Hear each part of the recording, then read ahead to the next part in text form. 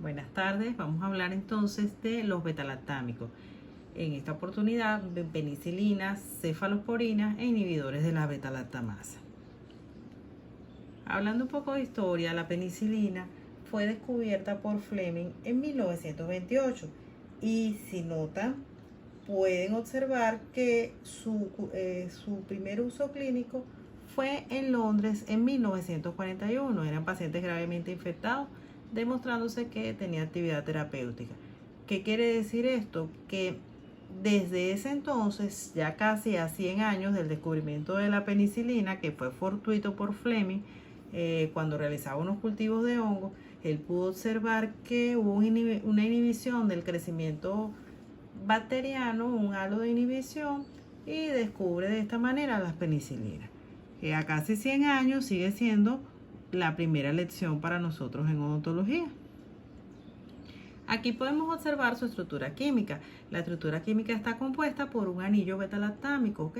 También está unida al ácido tiazolidínico y podemos ver que tienen una cadena lateral. Esta cadena lateral es la que se modifica cambiándole sus propiedades, modificando sus propiedades farmacocinéticas en la mayoría de los casos. En relación al mecanismo de acción, ellas van a interferir en la síntesis de la pared bacteriana. Entonces, ¿qué sucede?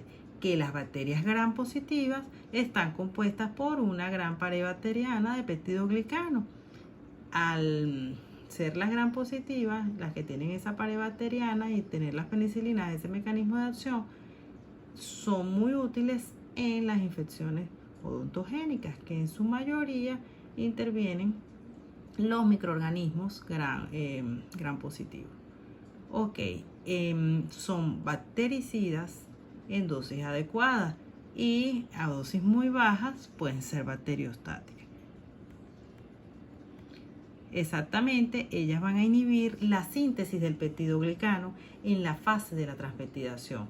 Ese es su mecanismo de acción, formando una pared bacteriana defectuosa, lo que hace que ésta estalle y produzca la lisis y la muerte celular. Como siempre, las bacterias se las ingenian para volverse resistentes. Entonces vamos a encontrar como mecanismo de resistencia la acción de las beta-lactamasas. Para recordar, las beta-lactamasas son unas enzimas que producen resistencia y son producidas por el Staphylococcus aureus. Estas hacen resistencia a las penicilinas. También hay dentro de los mecanismos de resistencia se encuentran las alteraciones de las porinas, reducen la permeabilidad de esos poros o cierran las porinas y por supuesto ya no entra o disminuye la entrada de los beta-lactámicos. Y otra de los mecanismos es las modificaciones en las proteínas fijadoras de penicilina, lo que modifica la concentración y por supuesto su acción. Las podemos clasificar en penicilinas naturales, ácidos resistentes, aminopenicilina y bueno, van cambiando la cadena lateral. Al principio hablábamos o teníamos penicilinas naturales. Estas penicilinas naturales, allí se encuentra la penicilina G y la acidocilina. En este tipo, estas penicilinas no era posible o no es posible administrarlas por vía oral, solamente por vía parenteral. Luego, con las modificaciones en la cadena lateral, surge la penicilina B. Esa penicilina B es ácido resistente, por lo tanto puede ser administrada por vía oral. Luego vienen las aminopenicilinas, que son de amplio espectro. En realidad es espectro ampliado, porque cuando nosotros hablamos de las penicilinas, ellas son de espectro reducido.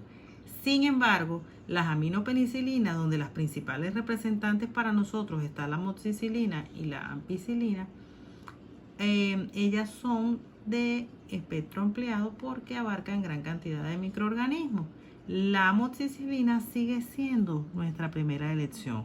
La ampicilina por vía oral no debe utilizarse porque su absorción es muy baja por vía oral.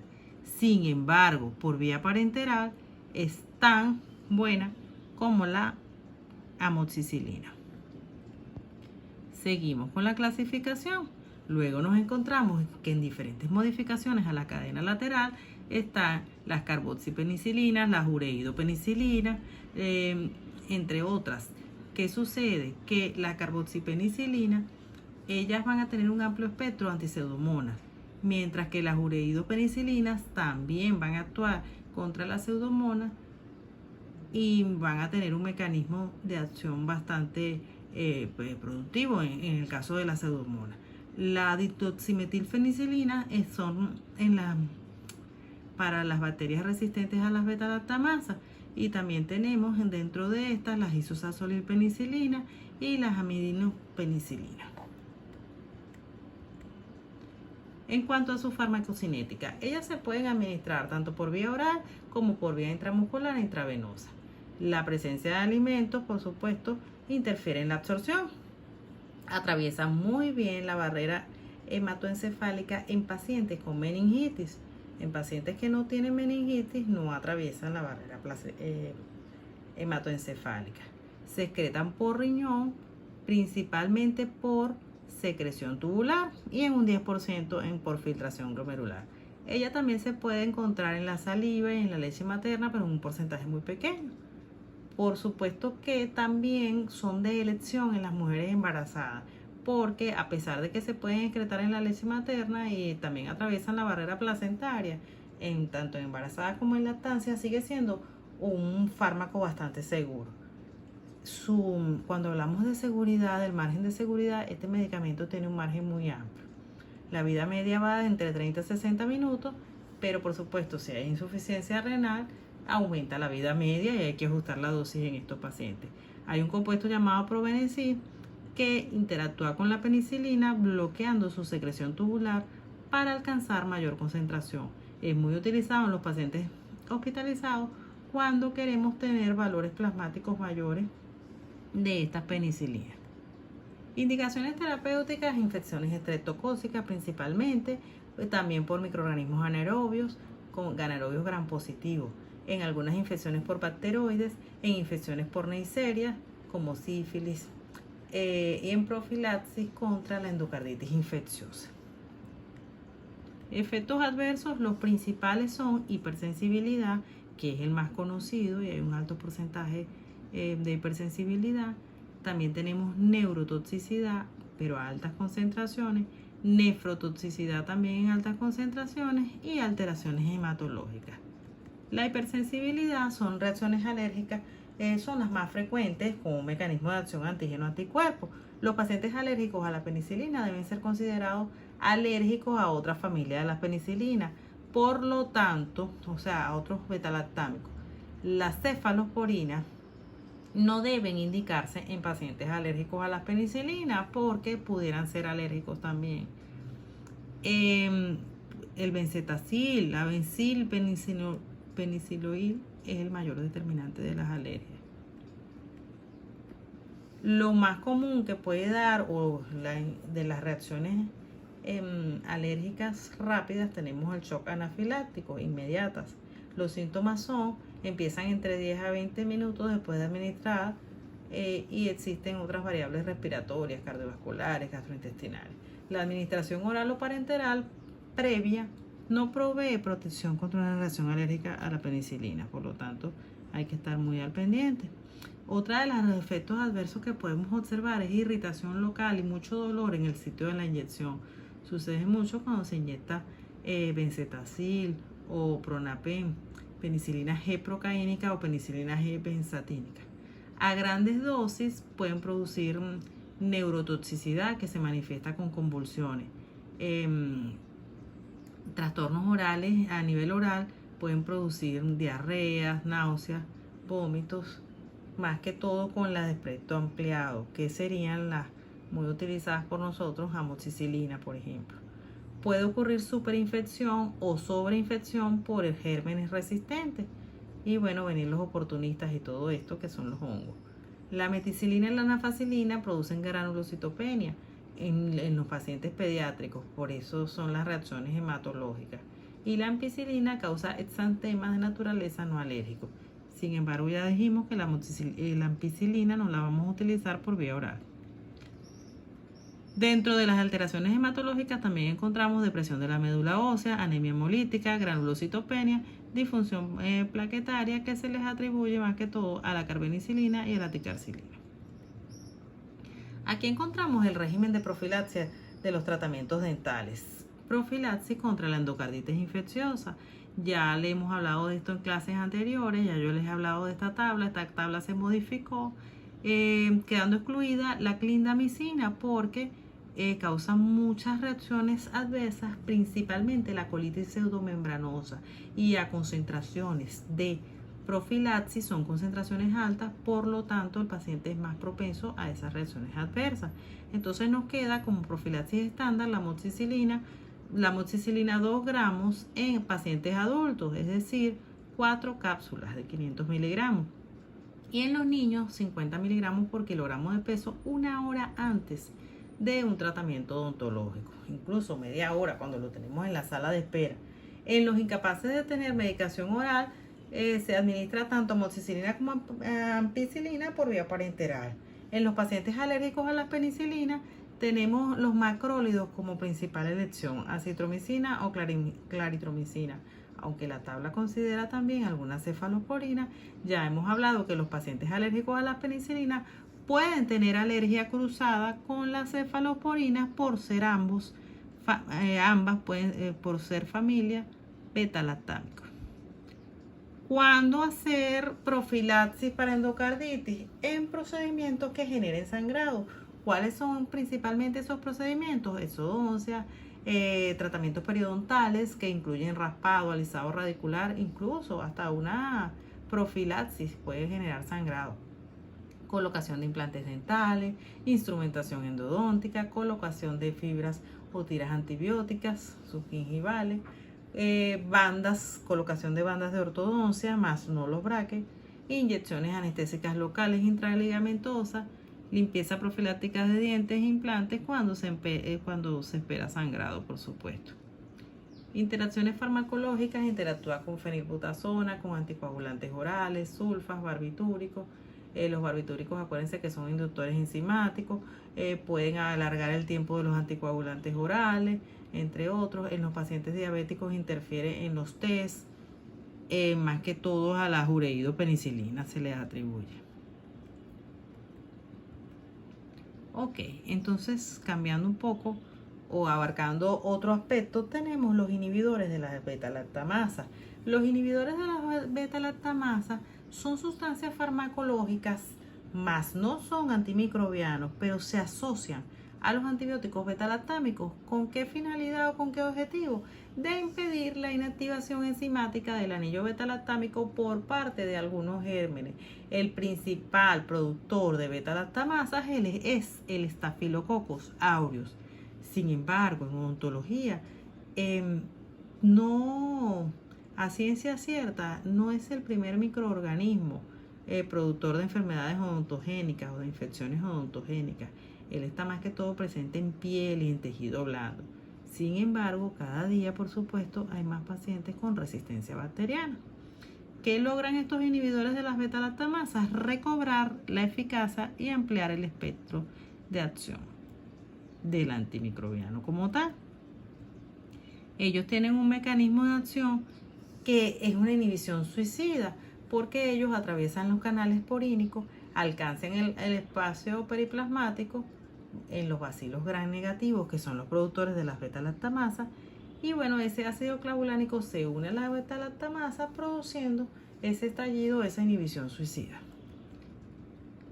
Aquí tenemos una clasificación, los que más utilizamos. Tenemos el ácido clavulánico, que está dentro de las clavamas, y también tenemos dentro de los derivados del ácido penicilánico, tenemos el sulbactam, que es uno de los más utilizados.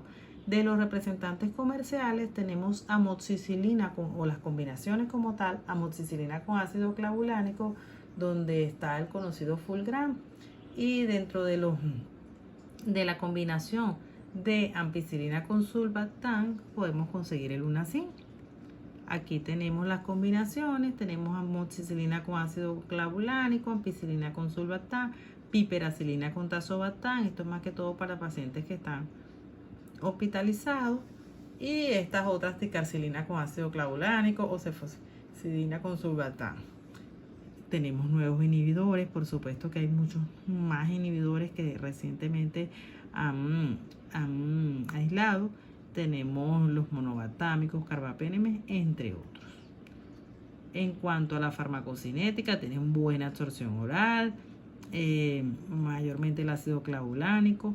La vida media las podemos comparar allí y más que todo su eliminación renal. Aquí tenemos los microorganismos implicados en las infecciones odontogénicas y sus terapéuticas. Podemos ver desde la caries hasta abscesos, periodontitis, gingivitis y la localización. Podemos observar también las bacterias implicadas, que mayormente son bacterias que forman parte de la microbiota como tal, de esa microflora, pero que están en desequilibrio, logrando estas patologías o estos procesos patológicos. Las opciones terapéuticas, como ya se los he explicado en distintas clases, en distintas oportunidades, las opciones terapéuticas, la ideal es la eliminación del agente causal, más no la prescripción de antimicrobianos. Sin embargo, hay casos donde se debe prescribir antimicrobianos. ¿Cuándo son esos casos? En pacientes que tengan compromiso como adenopatías, dificultad para tragar, fiebre, dificultad de apertura bucal, ganglios palpables, malestar general, condiciones de un proceso infeccioso sistémico. Más en otro tipo de pacientes que tengan, por ejemplo, caries o otro tipo de patología, incluso hasta un absceso que puede drenarse, lo más importante o la principal actividad que debemos realizar es eliminar el agente causal. Esa es la nueva tendencia, prescribir menos antimicrobianos y en general prescribir menos para evitar la resistencia bacteriana. Aquí tenemos cuáles son las alternativas o los fármacos de elección en antimicrobianos y antisépticos en infecciones odontogénicas. Casi siempre a nivel periodontal, bueno, podemos combinar antimicrobianos, trabajar con la clorhexidina, que es un antiséptico de elección, y bueno, entre otros, aparte de la terapia mecánica, por supuesto, que es raspado y alisado radicular, tartrectomías, entre otros. Tenemos una terapéutica aquí básica, la penicilina G-procaínica, que es la de administración parenteral. Tenemos la amoxicilina y la combinación de amoxicilina con ácido clavulánico. Esta sería siempre nuestra primera elección en odontología, la penicilina. De ahí en adelante, bueno, podemos ver de acuerdo a las patologías, y eso lo vamos a ir estudiando a lo largo de todo el lapso, cuáles son los medicamentos o los antimicrobianos que van a estar indicados de acuerdo a cada patología de cavidad bucal. Ok, entonces entramos ahora a lo que es cefalosporina. Como siempre les digo, las cefalosporinas son familia de las penicilinas, es como que fueran unas prima hermanas de las penicilinas. Ellas pertenecen entonces a los beta-lactámicos. Por pertenecer a los beta-lactámicos, entonces son muy parecidas, comparten mecanismos de acción con las penicilinas, comparten reacciones alérgicas, algunas condiciones, y bueno, las vamos a ir mencionando. Son derivados del Cephalosporium, contienen un núcleo que es, la estructura química por supuesto es diferente, un núcleo que es el ácido 7-aminocefalosporínico, está compuesto por un anillo beta-lactámico, por supuesto, unido a un anillo de dihidrotiazidina. Cualquier alteración en el anillo beta-lactámico de la cefalosporina resulta en una pérdida de la actividad bacteriana. Aquí tenemos su clasificación. Ellas se clasifican por generaciones. Entonces tenemos primera, segunda, tercera, cuarta, incluso ya hasta quinta generación. Mayormente en odontología trabajábamos con primera generación. Sin embargo, estas cefalosporinas no se les ha encontrado ningún beneficio sobre las penicilinas. No es la primera elección. La única elección que pudiéramos tener es en una infección odontogénica donde intervenga el Staphylococcus aureus o una infección de piel o de un traumatismo donde hubo un proceso infeccioso y comprometió la piel, en ese caso sí sería una elección, pero realmente no se considera primera elección, ni tampoco alternativa a las penicilinas. En cuanto al espectro, tenemos que abarca dentro de los gram positivos Staphylococcus aureus, que es el principal productor de beta-lactamasa, como ya hemos hablado, Streptococcus pneumoniae, Streptococcus pyogenes, Agalactae del grupo hemolítico de los beta-lactámicos, Streptococcus del grupo beta-hemolítico A y B. También tenemos que abarca gram negativos, eso es importante porque ellas sí actúan sobre gram negativos como Escherichia coli, Klebsiella, Enterobacteria, Hemophilus influenza, Proteus, Pseudomonas, Neisseria, entre otros. Pero recuerden que a nivel de cavidad bucal, los mayores representantes o los mayores productores de la patología de cavidad bucal son los gram positivos y gram positivos anaerobios. Estas también actúan, aunque en menor proporción que las cefalosporinas, que las penicilinas, perdón, actúan también en anaerobios, que siendo cocos o bacilos gram positivos, en gram negativos, en algunos fusobacterios, bacteroides, entre otros. Su mecanismo de acción es compartido, es igual al mecanismo de acción de las penicilinas, es decir, inhiben la síntesis del peptidoglicano específicamente en la etapa de transpeptidación, logrando que la bacteria estalle y ocurra la lisis de la pared celular. Aquí tenemos algunos mecanismos de resistencia. Se da a través de los plásmidos, una de ellas a través de los plásmidos, donde vemos que un fármaco A, ahí tenemos, una bacteria A transmite esa información a la bacteria B. Entonces esa bacteria que está infectada está transmitiendo la información y así se va multiplicando la resistencia bacteriana dentro del organismo. Otro mecanismo de resistencia es a través de las porinas. Cierran los poros y entonces los betalactámicos, tanto cefalosporinas como penicilina, no pueden o se les disminuye la entrada a la pared como tal. Otro es mecanismo de resistencia, este es la beta-lactamasa. Esta es una estructura tridimensional de una beta-lactamasa que bueno, ya las conocemos como estas enzimas que son capaces de destruir, de inhibir la acción de los beta-lactámicos. En cuanto al espectro, al igual que la penicilina, tienen un espectro reducido, también son tiempo dependientes y son bactericidas. Aquí tenemos las de primera generación mayormente con la administración, las vías de administración intramuscular endovenosa, siendo la cefalexina por vía oral, el cefadroxilo que también se utilizaba anteriormente en odontología por vía oral y la cefadrina. Ya nos dimos cuenta que a nivel de odontología no representan mayores ventajas. Aquí tenemos también de segunda generación solamente el cefprozil por vía oral y las demás por vía intravenosa. Tenemos aquí de tercera generación unas por vía oral, la mayoría por vía intravenosa también. No son representantes utilizados en odontología. Sin embargo, en pacientes hospitalizados podrían ser una alternativa para otro tipo de infecciones respiratorias bajas. Bueno, ya vamos a ver en las indicaciones. En cuanto a su farmacocinética, la absorción es buena distribución y unión a proteínas plasmáticas, un metabolismo hepático, hepático y la excreción se da por secreción tubular, como habíamos mencionado con la penicilina. Entre los efectos colaterales o reacciones adversas tenemos la hipersensibilidad y puede presentarse una hipersensibilidad o reacción cruzada con la penicilina, manifestándose con rash, erupciones maculopapulares, urticarias, fiebre, eosinofilia, entre otras.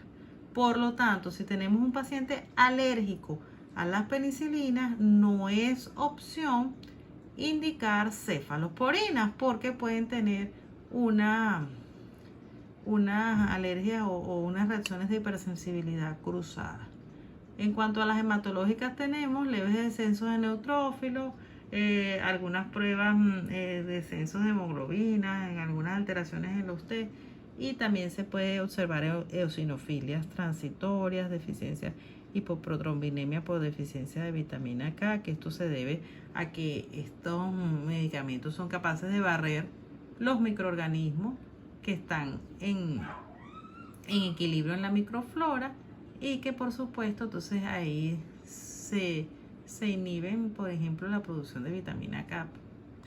Entre los efectos adversos también tenemos elevación a nivel hepático, elevación de las transaminasas, TGP y TGO, y los niveles de fosfatasa alcalina también.